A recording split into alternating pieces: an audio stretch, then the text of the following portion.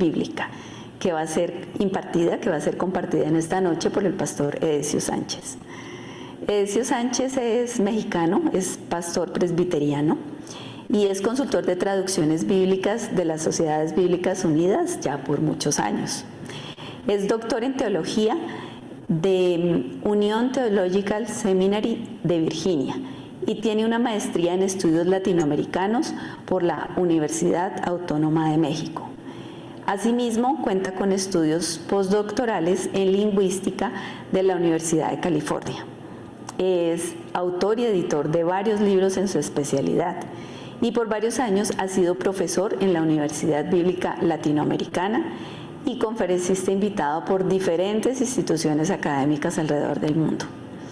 También es miembro de la Fraternidad Teológica Latinoamericana. El pastor Edesio es un gran amigo, es un gran hermano y nos complace profundamente tenerlo para la conferencia de hoy. Sin duda sabemos que usted va a disfrutar mucho los temas que él nos va a compartir y que todos vamos a comprender, aprender y recordar muchos de los principios bíblicos. Así que les invitamos a que se pongan cómodos y a que puedan participar de este webinar. Bienvenido, Pastor Edesio. Un saludo cordial desde Bogotá. Queremos darle el espacio para que siga adelante con la conferencia. Muchísimas gracias a esta invitación, a tanta gente querida. Algunos los estoy viendo de manera especial porque hace tiempo que no la veo y no la saludo. A mi querida compañera de estudios de Costa Rica en la década de los 70, a Emma Mejías, que vive en Chile. Son esos recuerdos de juventud cuando todavía empezábamos a entrenarnos en los estudios bíblicos y teológicos. La presentación que voy a hacer esta noche, de acuerdo con el título del tema que se ha presentado, tiene que ver con un paso más allá de lo que es en la predicación, en la enseñanza, en la exégesis, en el escribir artículos, ensayos, alguna página especial en las publicaciones de nuestras iglesias, también en la visitación y todo lo que tenga que ver con la vida de la iglesia, pues precisamente a eso los invito. No voy a hablar de una versión en particular, voy a tocar varias, especialmente las que se han publicado en español a través del Ministerio de las Sociedades Bíblicas Unidas. Y el punto es, ¿qué tanto nos ayudan estas versiones para predicar, para enseñar, para escribir sobre el texto bíblico? ¿Y qué tanto quedan cortas en reflejar lo que dice el texto bíblico? Y cuando hablamos del texto bíblico, en este caso nos referimos a lo que llamamos idiomas originales, al griego, al hebreo.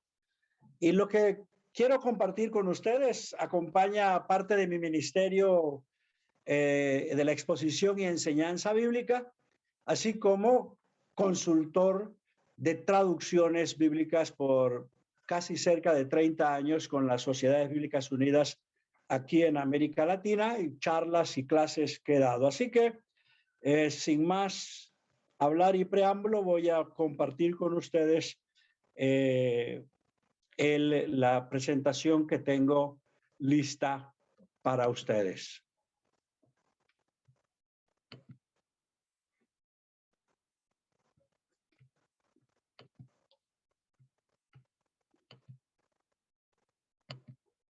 Espero que ya puedan verla y entonces vamos a empezar ya.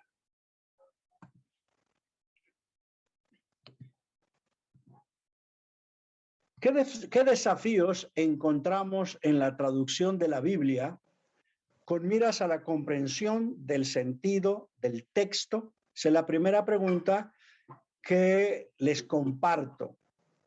Desafíos que encontramos en la traducción con vida de la Biblia con miras a la comprensión del texto bíblico. Y para ello, pues vamos a tomar en consideración, como dije hace un momento, varias traducciones bíblicas.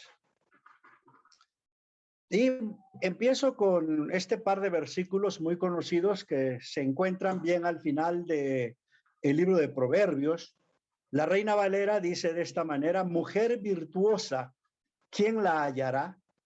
Porque su estima sobrepasa largamente a la de las piedras preciosas. El corazón de su marido está en ella confiado.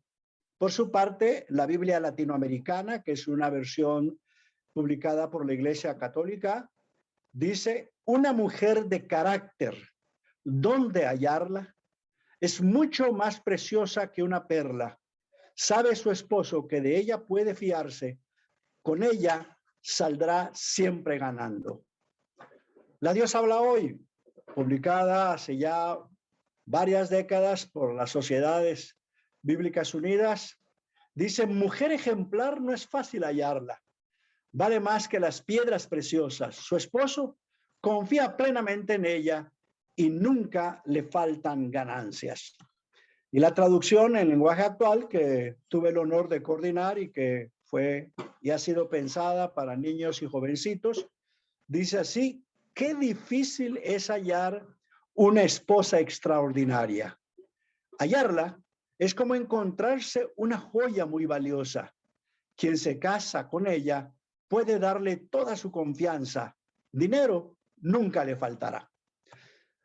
Ya con estos ejemplos, pues podemos ver cómo de una palabra o de una frase o de una expresión notamos diferencias no solamente de estilo, sino de énfasis y sentido, que de alguna manera nos obligan o nos invitan a consultar el texto masorético, que es el que está en nuestras Biblias hebreas y que las ha publicado especialmente las Sociedades Bíblicas Unidas para el uso de universidades, de estudiantes, de exegetas, de pastores que se sienten invitados a usar y a buscar qué es lo que dice realmente el texto sagrado en sus originales. Y entonces empiezo a hablar ya de las traducciones o versiones, iniciando con el interlineal.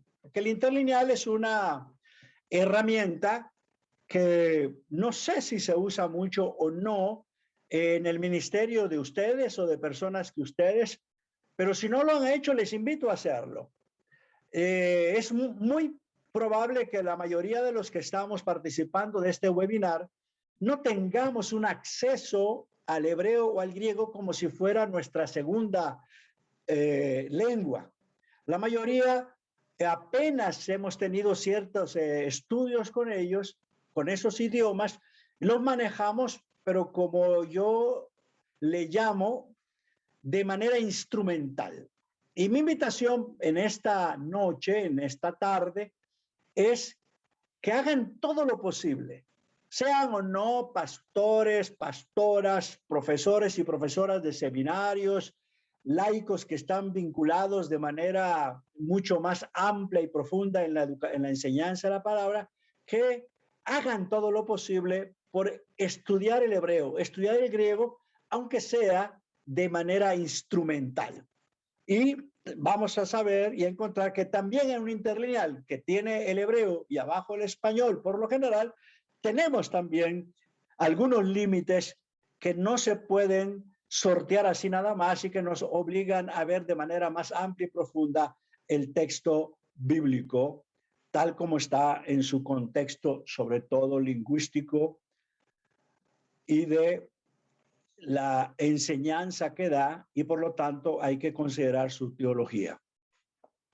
Además de el interlineal, tenemos otras versiones, como son estas que siguen, la Reina Valera 60, que la mayoría que hemos escuchado charlas al respecto, es una traducción formal o más o menos literal de los idiomas bíblicos.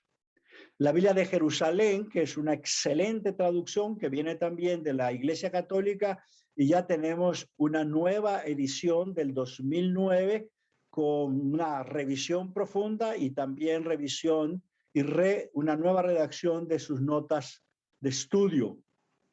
También es una traducción formal similar al de la Reina Valera 1960.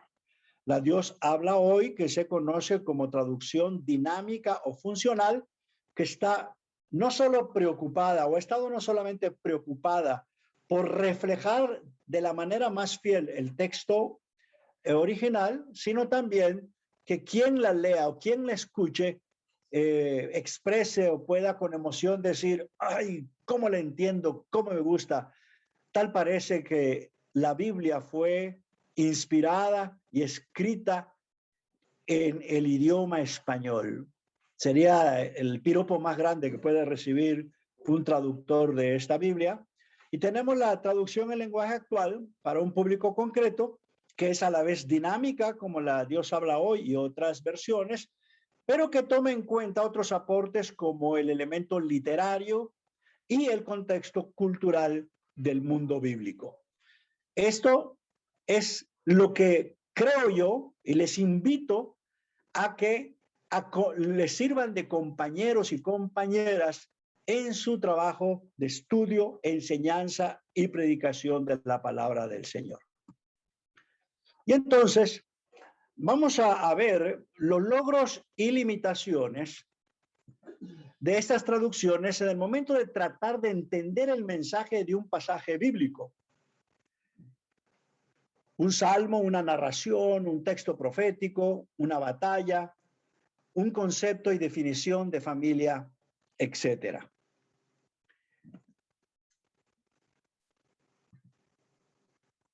Vamos a ver algunos ejemplos tanto del Antiguo como del Nuevo Testamento.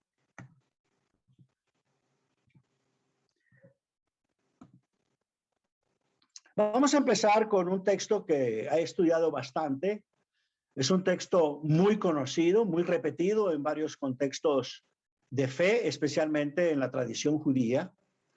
Y es lo que se considera en la teología y en la enseñanza bíblica como el centro de todo. No solamente en la tradición judía, sino en labios del mismo Jesús. Esta traducción es la que tenemos en la TLA. Y dice así: escucha, pueblo de Israel, nuestro único Dios es el Dios de Israel. Ámalo con todo lo que piensas, con todo lo que con todo lo que eres y con todo lo que vales. Guarda en tu memoria estos dos mandatos que hoy te he dado y repítelos a tus hijos a todas horas y en todo lugar, cuando estés en tu casa o en el camino, cuando te levantes, cuando te acuestes. Escríbelos en tiras de cuero y átalas a tu brazo y cuélgalos en tu frente. Escríbelos en la puerta de tu casa y en los portones de tu ciudad. Y algunos elementos que ya ustedes pueden ver resaltados nos ayudan a ver por qué esta traducción da un paso más allá en la comprensión sin que las personas, sean niños, jóvenes, adultos, estudiados o no, tengan que pensar y ir a algún diccionario, etcétera, para entender a qué parte del ser humano se está refiriendo lo que literalmente ha traducido Reina Valera del hebreo. En el hebreo, ese piensas, literalmente es el corazón. Ama a Yahvé o a Jehová tu Dios con todo tu corazón, o como dice Reina Valera, de todo tu corazón. Pero es equívoco en su comprensión para la gente nuestra de una cultura occidental, porque a diferencia de la antropología nuestra, que considera el corazón más como la sede de los sentimientos, de las emociones, etcétera, en el mundo semítico, en el mundo hebreo, corazón es más bien la sede de nuestras decisiones políticas, ideológicas, religiosas, y por eso pusimos en la TLA, para una comprensión más rápida de los niños y jovencitos y de quienes la lean, piensas. Tu ser pensante es a lo que se refiere corazón. Después está la palabra nefesh, que Reina Valera traduce como alma, pero que en realidad, y si uno lo ve a través de todo el Antiguo Testamento, una cantidad de salmos que hablan de esa palabra, realmente se refiere a la persona humana, a la personalidad. Como ese 42.1 salmo, que dice, como el siervo brama por las corrientes de las aguas, así clama por ti, oh Dios, el alma mía. Y las traducciones más nuevas dicen, así clamo yo, Señor.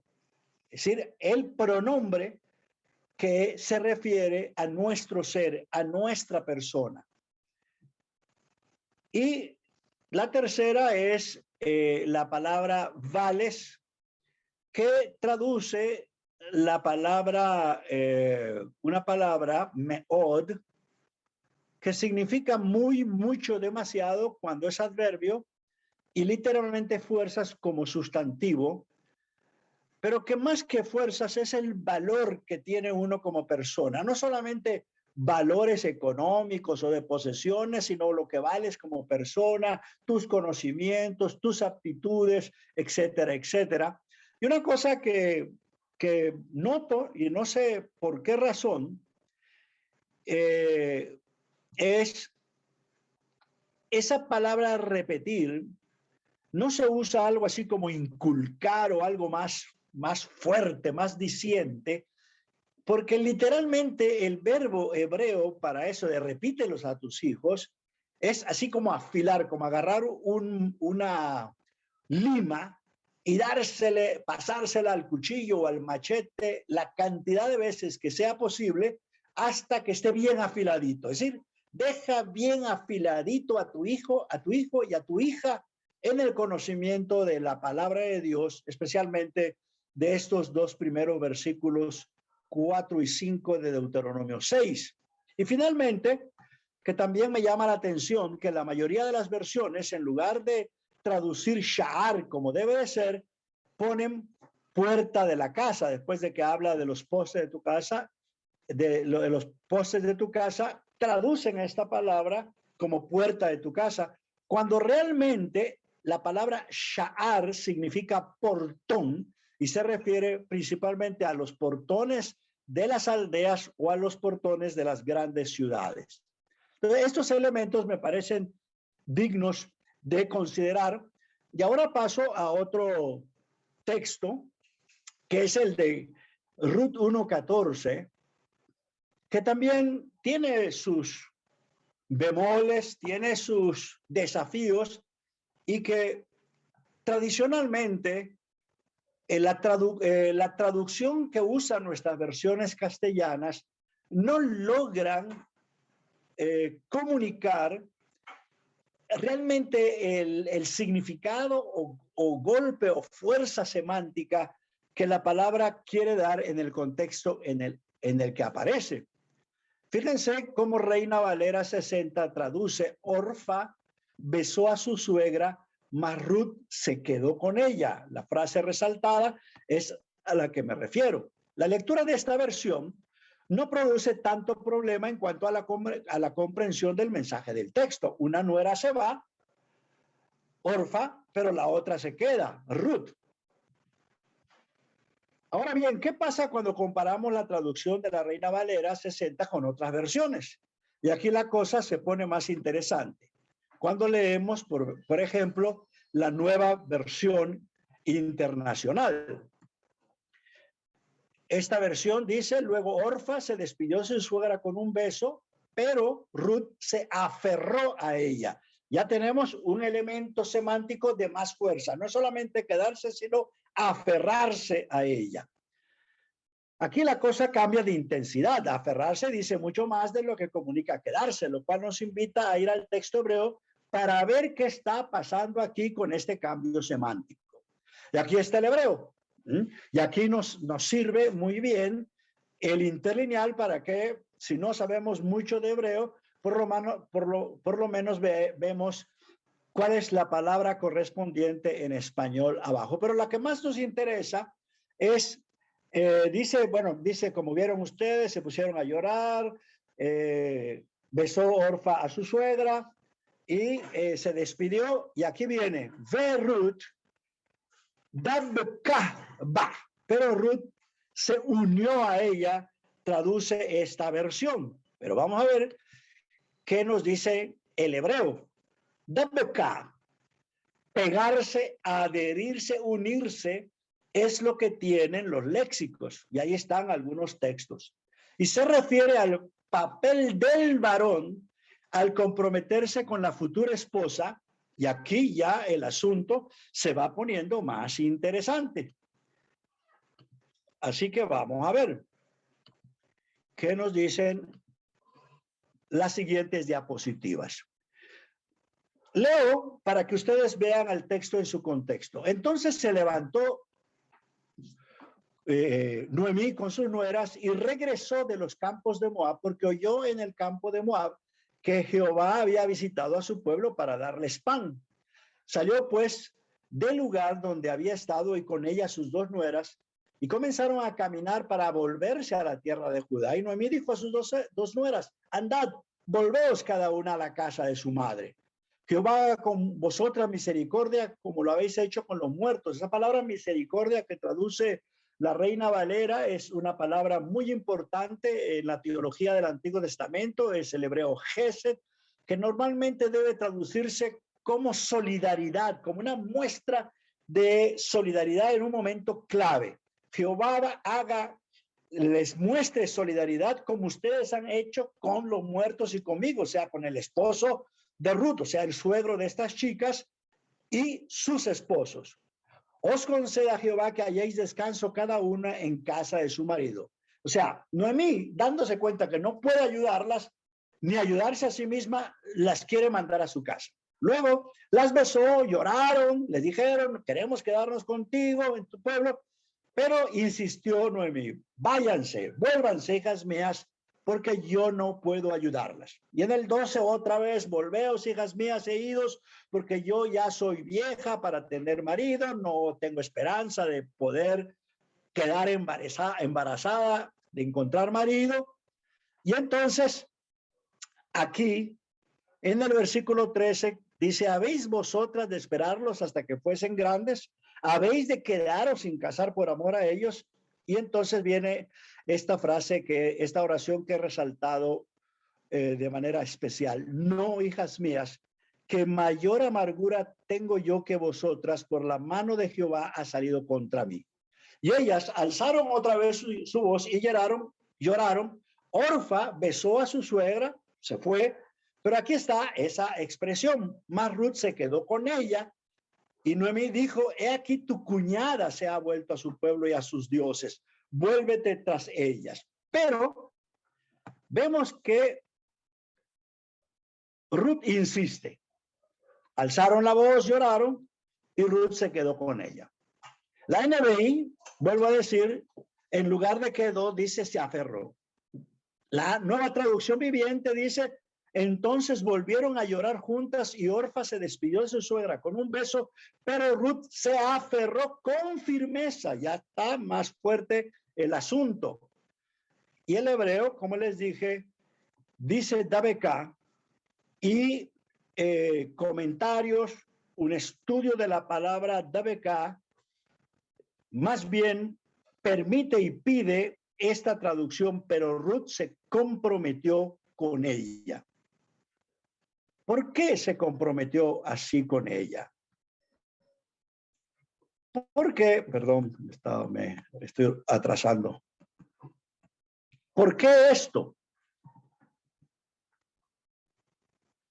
Aquí está una primera razón que a veces no tomamos en cuenta.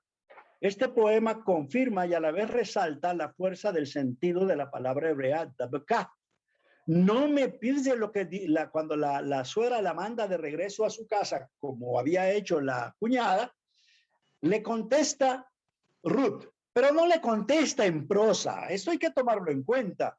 No solamente el contenido de este escrito, sino la forma literaria en la que está escrita, que es un poema, le da una fuerza tremenda a la razón porque Ruth le dijo a su suegra, me voy a agarrar bien fuerte, a aferrarme, me voy a comprometer con tu vida. Y fíjense lo que dice, y ahí resalto en azul las partes que hay que tomar en cuenta respecto de esta palabra o de dabeka, este verbo. No me pidas que te deje, ni me ruegues que te abandone. Casi me suena este poema como esa cosa que le hacen decir a los dos cónyuges cuando le dicen que si te comprometes a cuidarlo, a cuidarla, estés sana o enfermo o así o así, en la pobreza, en la riqueza, hasta que la muerte los separe. Es casi eso. No me pidas que te deje, ni me ruegues que te abandone. A donde tú vayas iré, a donde tú vivas viviré.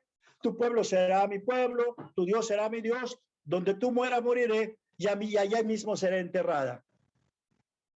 Que Dios me castigue si te abandono, pues nada podrá separarnos, nada, ni siquiera la muerte, dice la TLA. ¿A qué se deben esos cambios de énfasis y sentido? Bueno, aquí sigue el texto. Y viendo Noemí que Ruth estaba tan resuelta a ir con ella, no dijo más. Anduvieron pues ellas dos hasta que llegaron a Belén, y aconteció que habiendo entrado en Belén, toda la ciudad, realmente el hebreo dice, todas las mujeres del pueblo salieron cuando supieron que ella venía y decían, ¿no es esta la dulce?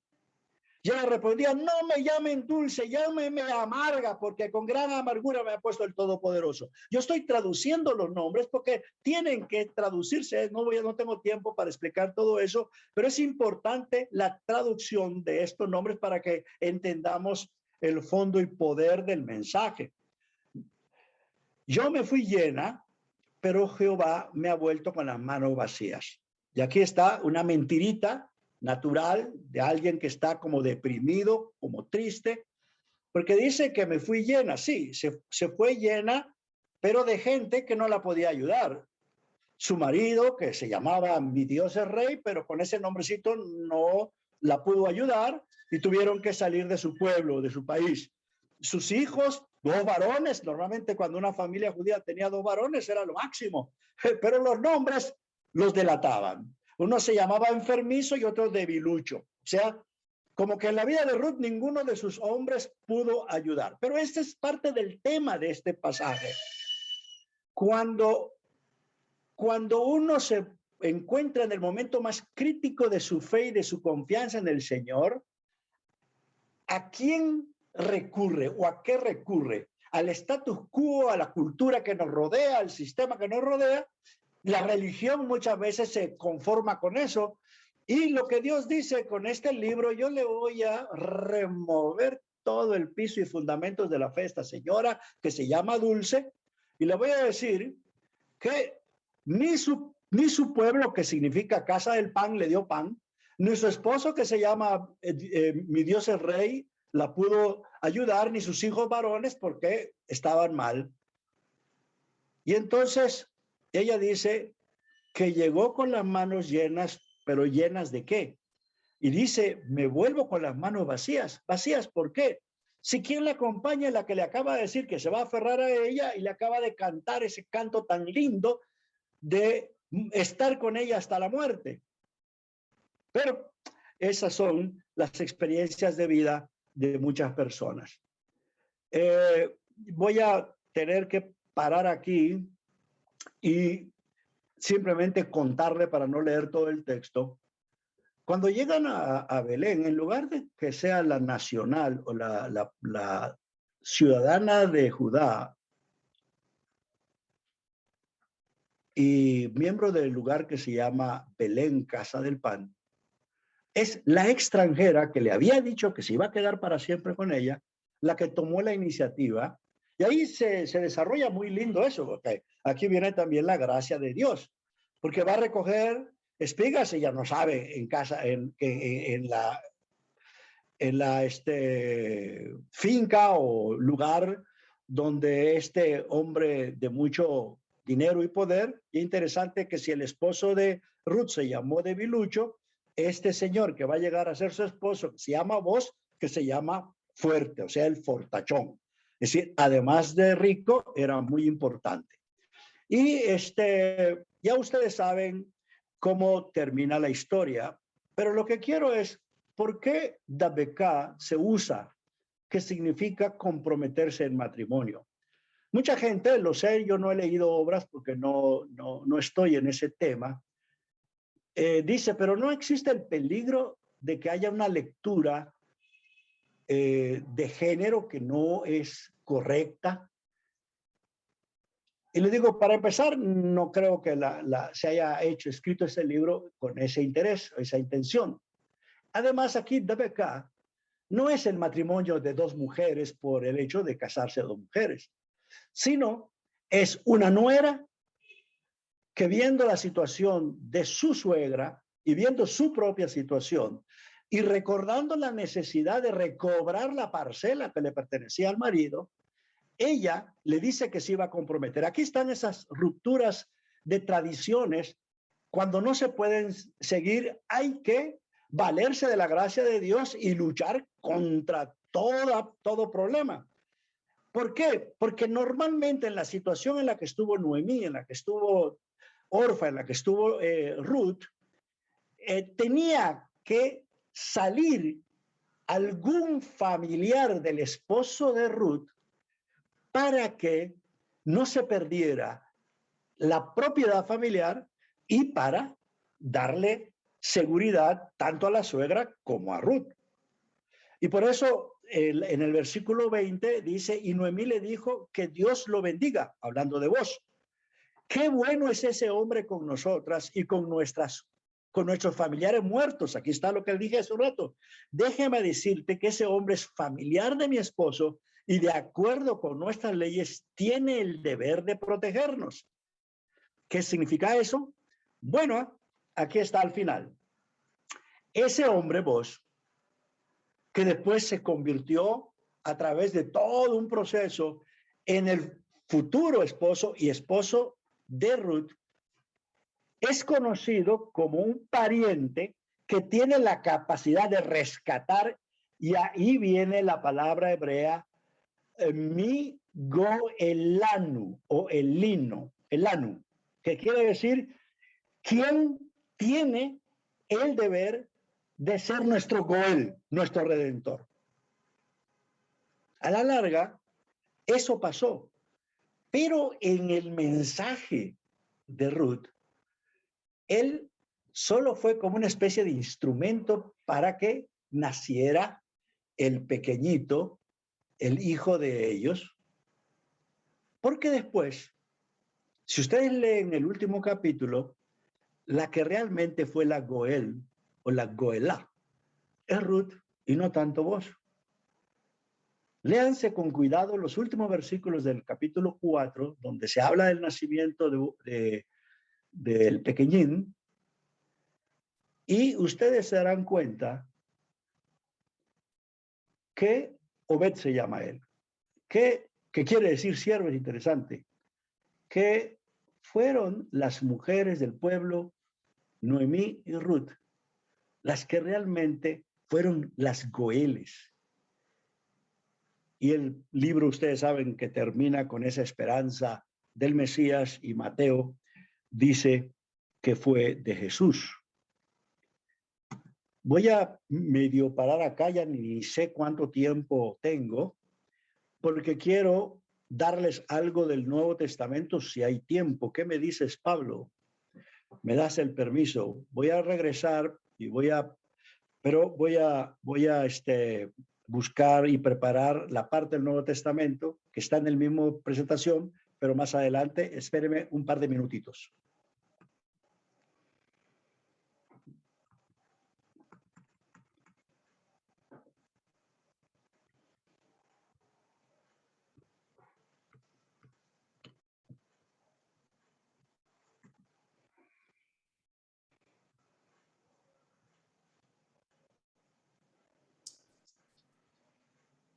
Pueden ir dejando sus preguntas en el chat, vayan dejando sus preguntas para poder responderlas al final de la exposición.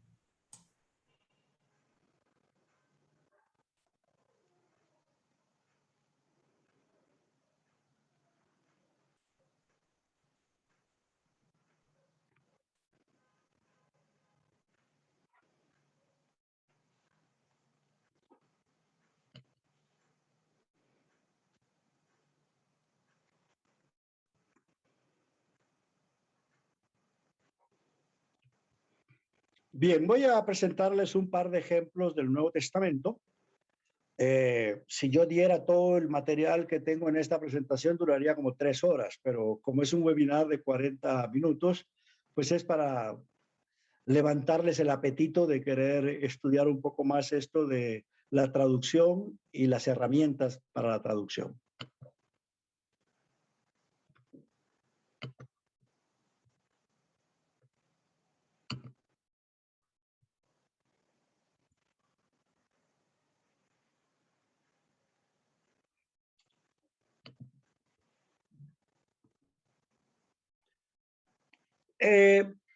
Trabajar con los idiomas bíblicos nos lleva a diferentes áreas como la crítica textual, el asunto gramatical, el asunto semántico, pero una de las cosas que más les dificulta a quienes no han profundizado en el estudio del exégesis y de la traducción bíblica es esto de los asuntos lingüísticos, estilísticos y estructurales.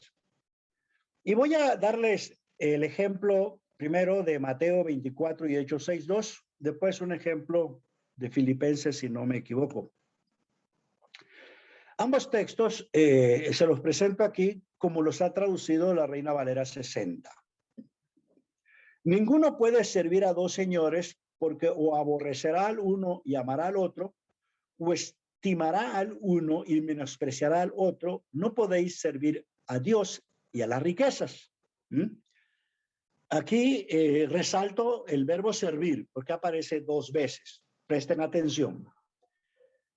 Entonces, este ya es Hechos 6:2. Entonces los 12 convocaron a la multitud de los discípulos y dijeron: no es justo que nosotros dejemos la palabra de Dios para servir a las mesas. Y aparece de nuevo el verbo servir. Pero vamos a ver qué pasa cuando consultamos otras versiones y traducciones de la Biblia.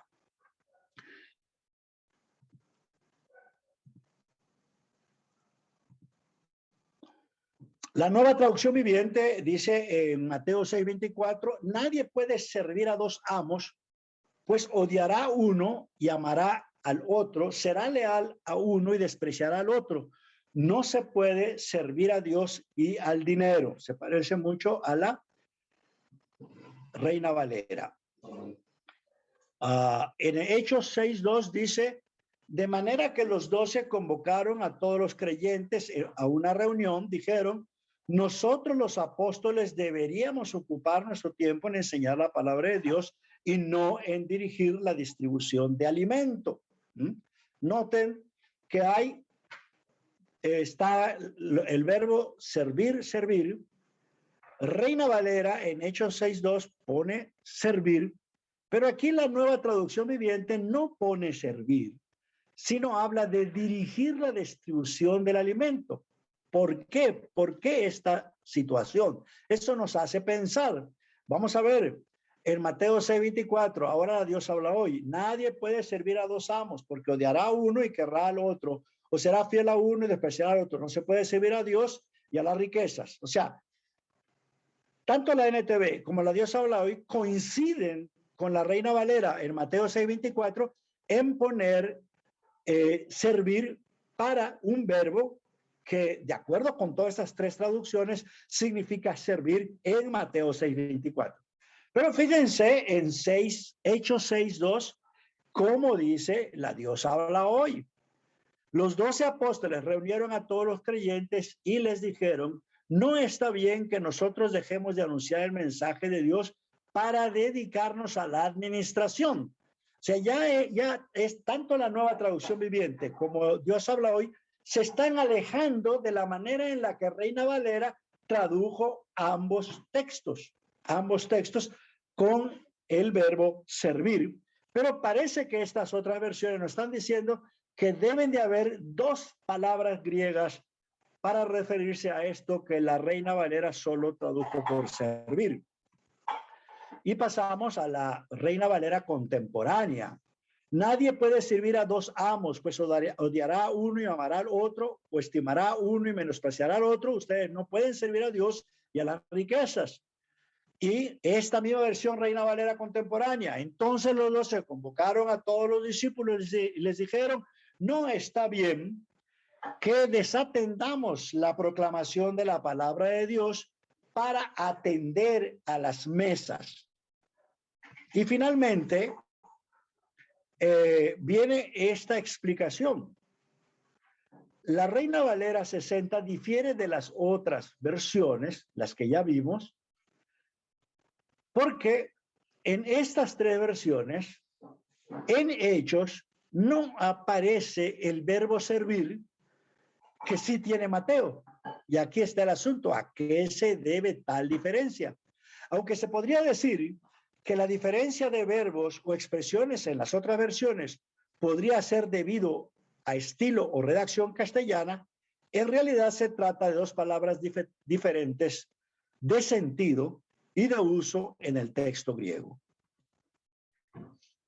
Ahí está el griego para quienes lo puedan leer, lo pueden ver. Las dos palabras que en Mateo 6:24, Reina Valera y las otras versiones traducen por servir, es el mismo verbo. Duleueian, dos veces.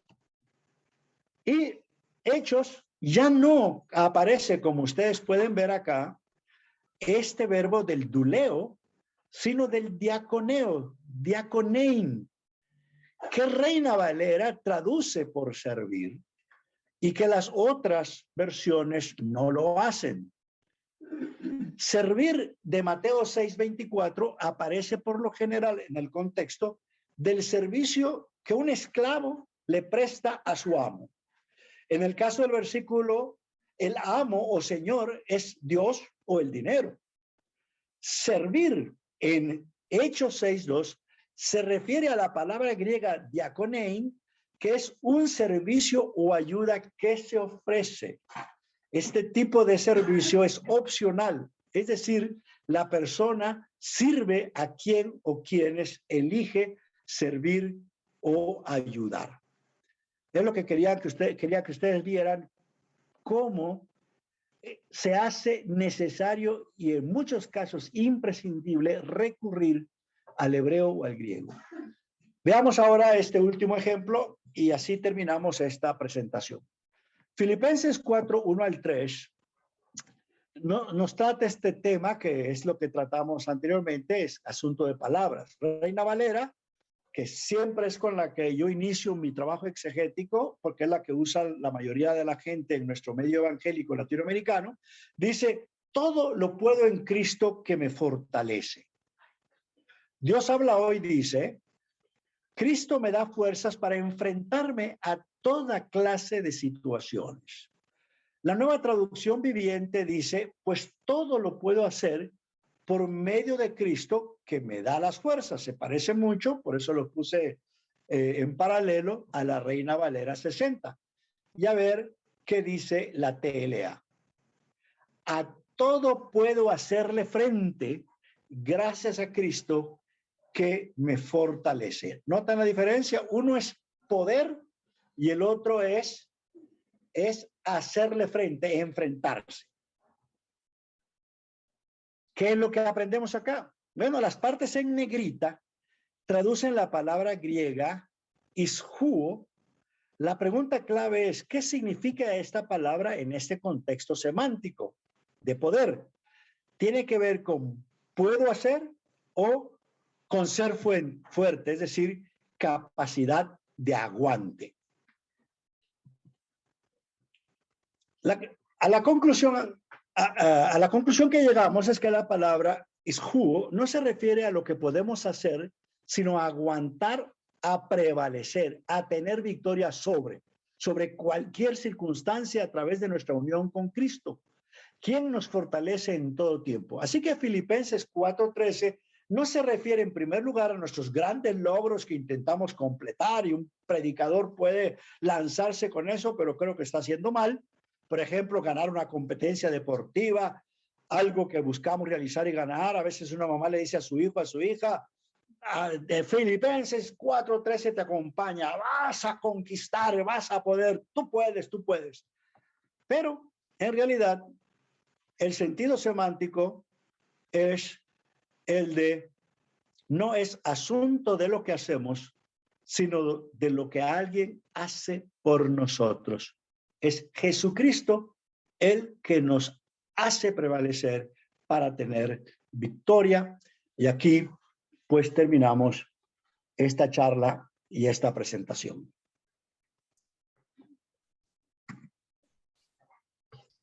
Muchas gracias, don Edesio. Por favor, muy bien. Bueno, hemos escuchado esta exposición y un poco que nos ha dejado con ganas de seguir aprendiendo, un poco que hemos recibido una charla académica acerca de la importancia de conocer el idioma original, de conocer las palabras, de conocer los nombres, de conocer las versiones, ¿no? Y cuando uno abre las escrituras, lo que uno quiere hacer es encontrar el mensaje de Dios, ¿no? Pero en esto nos ayuda las ciencias bíblicas, nos ayuda la exégesis bíblicas, nos ayuda a comprender mejor el mensaje de Dios y en este caso comprender el mensaje original de cómo se escribió este texto en su contexto, ¿no? ¿Quieren conocer más acerca de este tema? Le voy a pedir a Ronald que por favor comparta el flyer. Tenemos una noticia para ustedes. Estamos por empezar el tercer módulo del Diplomado Internacional de la Biblia y los países organizadores de las Sociedades Bíblicas Unidas nos hemos puesto de acuerdo para hacerlo abierto al público. Es decir, si no pudo matricularse en todo el diplomado, va a poder recibir 2 clases académicas. Puede inscribirse a 2 clases académicas, que son el tema de Biblia y literatura, que tiene que ver mucho también con la exposición que hemos recibido ahora, y Biblia y contexto actual. Y tenemos como profesores a Rodrigo Rifo, al magíster Josías Espinosa, el doctor Edesio Sánchez va a dar una clase este 25 de septiembre, el doctor Yacid Triana, que es licenciado en Ciencias Bíblicas y Arqueología, y el doctor Marlon Winnet, que es consultor de sociedades bíblicas, ¿no? Entonces, pueden solicitar información en la sociedad bíblica de su país. Y antes de pasar a la parte de preguntas, quiero compartir con ustedes algo muy importante también, que tiene que ver también con el tema de ahora, que es la traducción de la Biblia, ¿no? Entonces, todas las charlas que estamos recibiendo son para poder entender mejor la Biblia. Y en Nehemías 8:8 nos dice que ellos leían en voz alta el libro de la ley de Dios y lo traducían para que se entendiera claramente la lectura. Entonces, en la misma Biblia vemos lo que es la importancia de la traducción, ¿no? Y vemos que las mismas Sagradas Escrituras se tradujeron al arameo y se tradujeron al griego y que los apóstoles utilizaron la Septuaginta. Y la misma Biblia nos dice que toda lengua confiese que Jesús es el Señor. Y la misión de las Sociedades Bíblicas Unidas es poner la palabra de Dios al alcance de todos, pero en un formato e idioma que puedan entender, ¿no? Entonces, la importancia de entender las escrituras, ¿no? El encuentro de Felipe y el etíope, ¿no? No entendía lo que el etíope estaba leyendo del libro de Isaías, ¿no? Y el panorama de la traducción de la Biblia, de que tenemos 5.6 mil millones de personas que tienen la Biblia completa, ¿no? Y 1.5 mil millones no tienen la Biblia completa, ¿no? Más de la mitad de los idiomas del mundo no tienen la Biblia completa. Y 246 millones de personas no tienen las escrituras en su idioma en lo absoluto, ¿no? Y lo que los invitamos a ustedes es que puedan unirse al Ministerio de las Sociedades Bíblicas con el tema de Salvemos la Traducción, ¿no? Tenemos todavía, hemos dicho, más de la mitad de los idiomas del mundo que no tienen escritura y pueden colaborar orando por los proyectos de traducción de las Sociedades Bíblicas Unidas. Tenemos cerca de 400 proyectos de traducción, tenemos a los consultores de traducción dando los webinars, compartiendo, ellos están asesorando en este trabajo de traducción y también pueden colaborar compartiendo, haciendo de que esta comunidad crezca, ¿no? Haciendo de que cada vez más personas participen de estos webinars y también donando, haciéndose socios en la misión.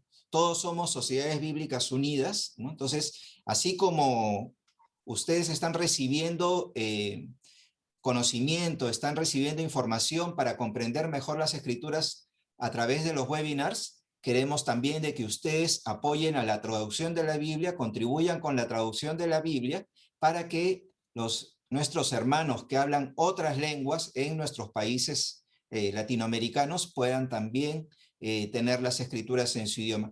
Y les pedimos que se hagan socios, pueden colaborar, y lo que les pedimos es una donación de $10 al mes, o lo que esté en su corazón. Y ustedes evalúen si es que está dentro de sus posibilidades el poder colaborar con $10 al mes, ¿no? Entonces, nosotros estamos haciendo el esfuerzo de llegar a ustedes con este webinar, dándoles capacitación gratuita, y lo que les pedimos es que ustedes se unan a esta misión de las Sociedades Bíblicas Unidas para que todos tengan las Escrituras y la entiendan, dando una contribución mensual, ¿no? Y acá hay una traductora del idioma matsigenca que dijo, estoy feliz de ser traductora, pero me preocupa que nunca he usado una computadora. Mis manos están acostumbradas a usar el machete en la chacra.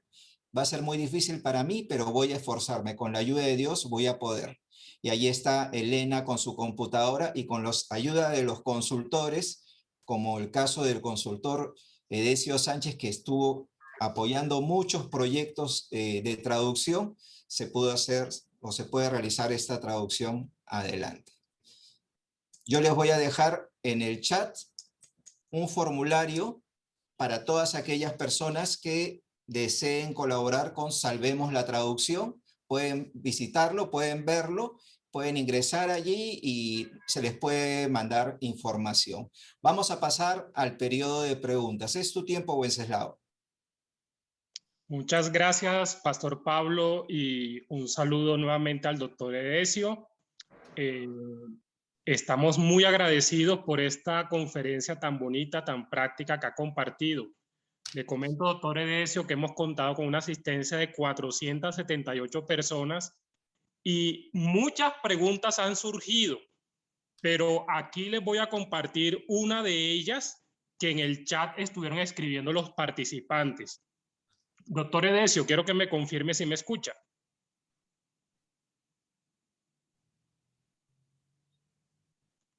Te escucho muy bien.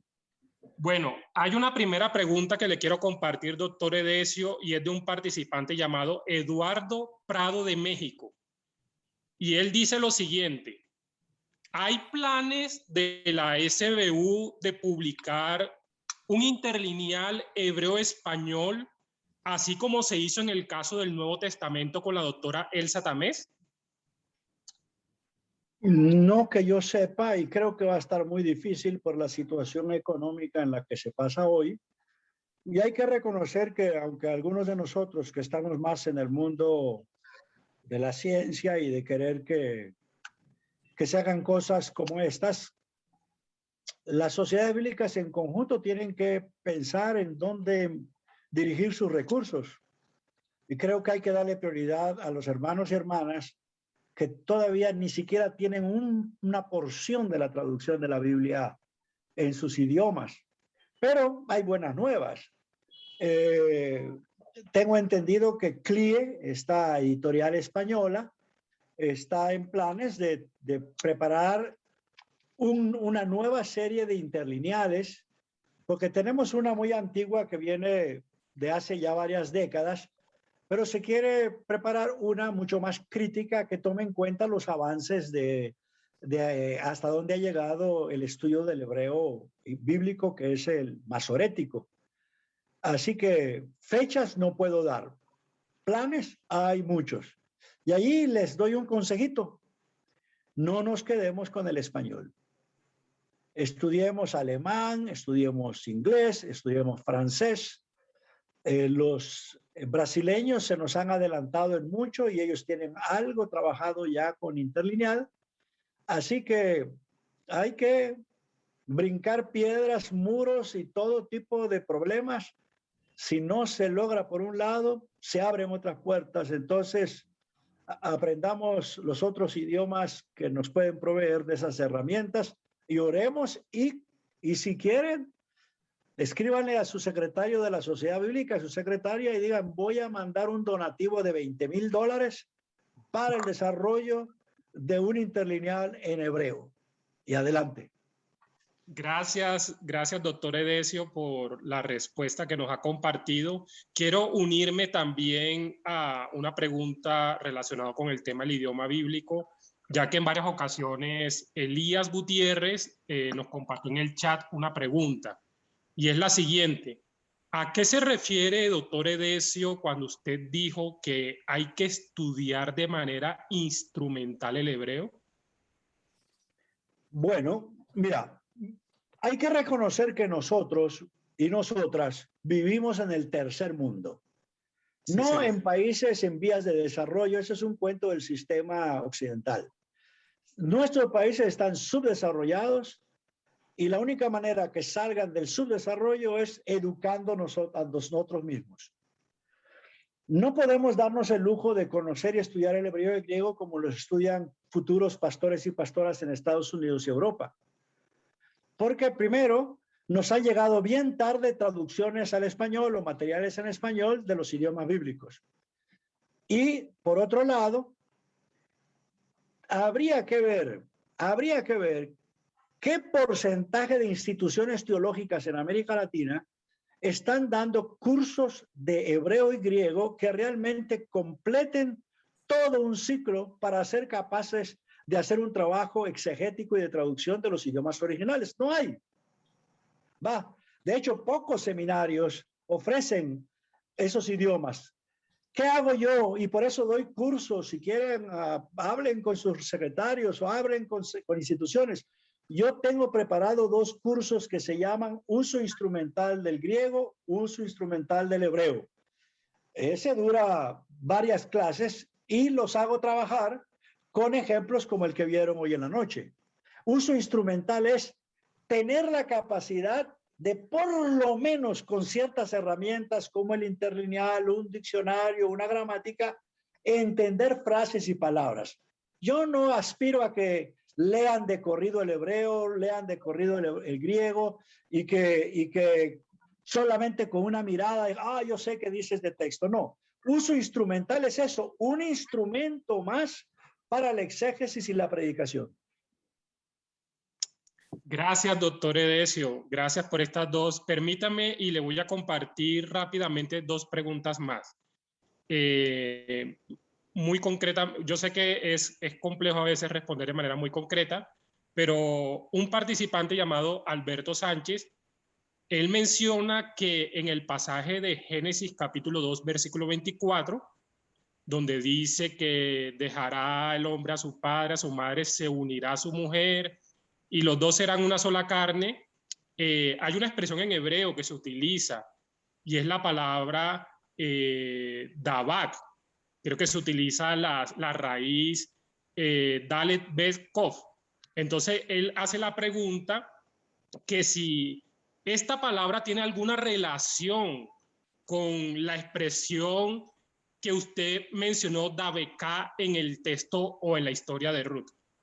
No sé, porque no tengo el hebreo en la mano y no sé si lo que dice el capítulo 2 de Génesis usa, ¿dijiste Dabar?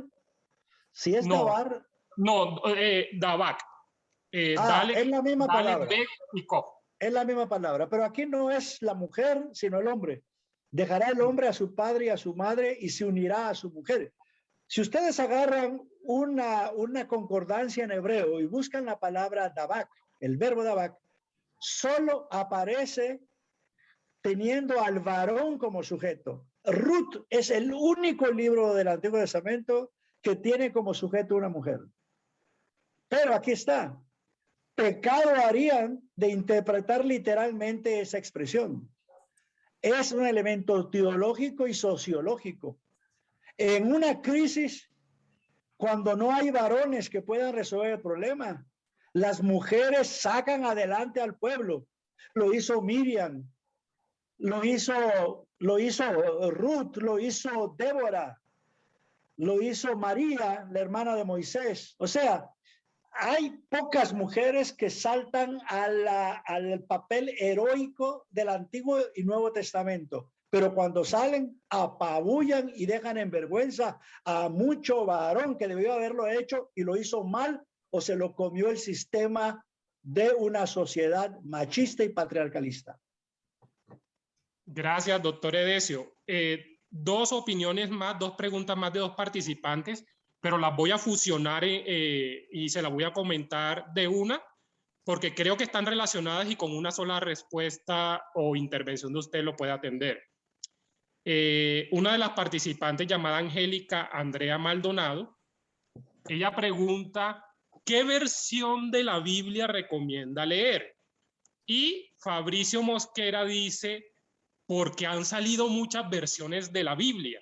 Entonces, ¿qué podemos decir frente a este tipo de preguntas que hace la audiencia? Bueno, voy a contestarlo como yo siempre respondo. Si son evangélicos, empiecen con la Reina Valera 60. Especialmente si no saben mucho el hebreo y el griego, es la versión que sabe a esos idiomas. Hay textos como ese de Jonás 1:1 que sigue el orden de la oración hebrea, que es muy diferente al orden de la oración en español.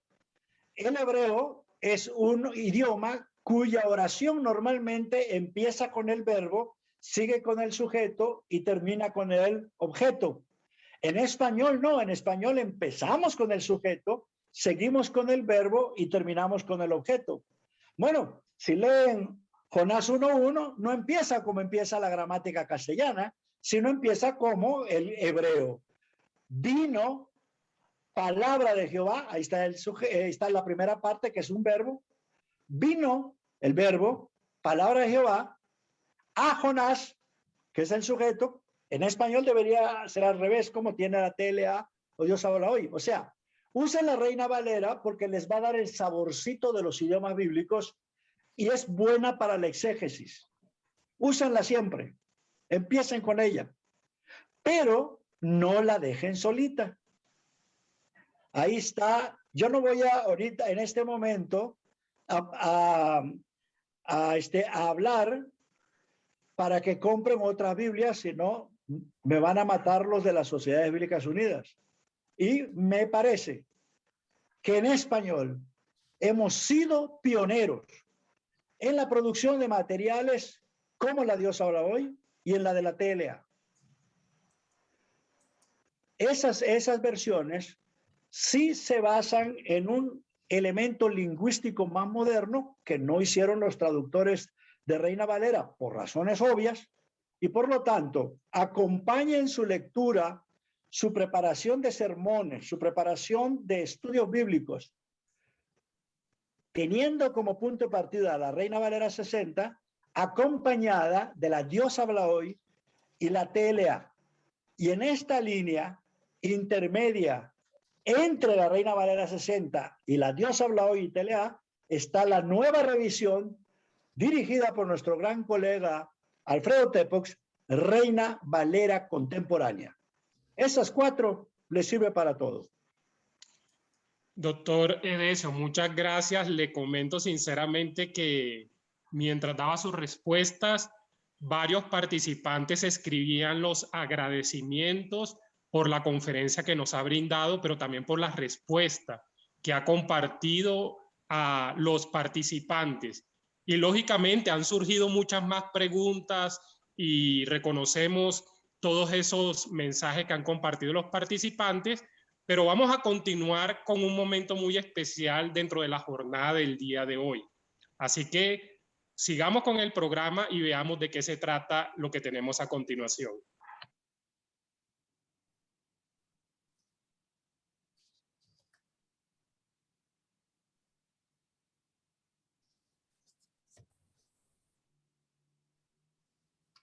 Buenas noches para todos. Mi nombre es Claudia Camargo, soy de Sociedad Bíblica Colombiana y a continuación tenemos un espacio muy especial en donde vamos a contarles quiénes son los ganadores de esta noche. Entonces, por Perú tenemos al señor Johnny Vázquez. Por Chile tenemos a Amalia Rojas. Para Ecuador tenemos a Rafael Mayor. Guatemala tenemos a Erika Sandoval. Por Colombia, Juana Macea. Por Bolivia, Marcela Peñarrieta. Por Venezuela, Aner González. Por Panamá, Shanika Laque. Bueno. Por República Dominicana, Alejandrina Silvestre. Por Costa Rica, Fabiola Rojas Pérez. Por Uruguay, Silvana Girona. Por Nicaragua, Rebeca Alfaro. Por Paraguay, Patricia González. Estos son nuestros ganadores. Felicitaciones y muchas gracias por acompañarnos en estas interesantes conferencias.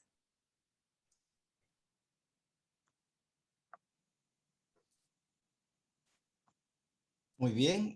Ronald, si puedes mostrar